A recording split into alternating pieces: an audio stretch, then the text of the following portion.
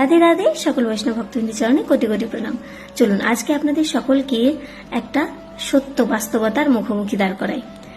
যখনই আমরা তিলককণ্ঠী ধারণ করি এবং তিলককণ্ঠী ধারণ করার পরে আমাদের ব্যবহার আমরা খারাপ করি বা কারো প্রতি আমরা ক্রোধান্বিত হয় বা যা উল্টোপাল্টা কিছু বলে দিই, তখন কিন্তু সামনের ব্যক্তি আমাদেরকে কি বলে যে আপনি ভক্ত হয়ে এরকম কথা বলছেন, ভক্ত হয়ে আপনার কাছে এটা আশা করা যায় না।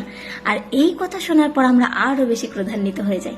কিন্তু কখনো কি ভেবে দেখেছেন তিনি যে আমাদেরকে এই কথাটা বলছেন যে আপনি ভক্ত হয়ে এরকম কথা বলছেন, এতে কিন্তু আমাদের ক্রোধান্বিত হওয়ার কথা নয়, কারণ এটা একদম বাস্তব কথা।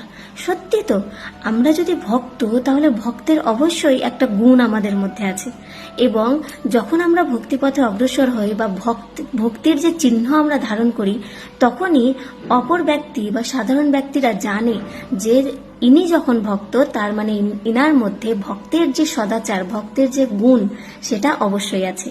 তাই ভক্তের গুণ কিন্তু ক্রোধান্বিত হওয়া নয়।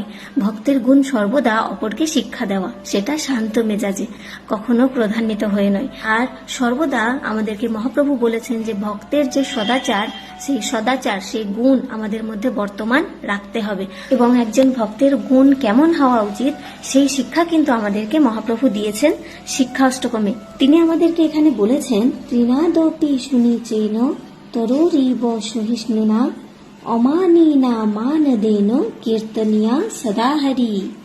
তো এখানে মহাপ্রভু কি বলছেন, যিনি তৃণ অপেক্ষা নিজেকে ক্ষুদ্র জ্ঞান করেন, যিনি তরুর মতো সহিষ্ণু এবং মান শূন্য হয়ে অপরকে সম্মান প্রদান করেন, তিনি কিন্তু সর্বদা হরিনাম কীর্তনের অধিকারী। আমাদেরকে তৃণের মতো ক্ষুদ্র হতে হবে এবং বৃক্ষের মতো, তরুর মতো আমাদেরকে সহিষ্ণু হতে হবে, অপরকে মান দিতে হবে, তবেই কিন্তু আমরা হরিনামের অধিকারী হতে পারবো, তাই না?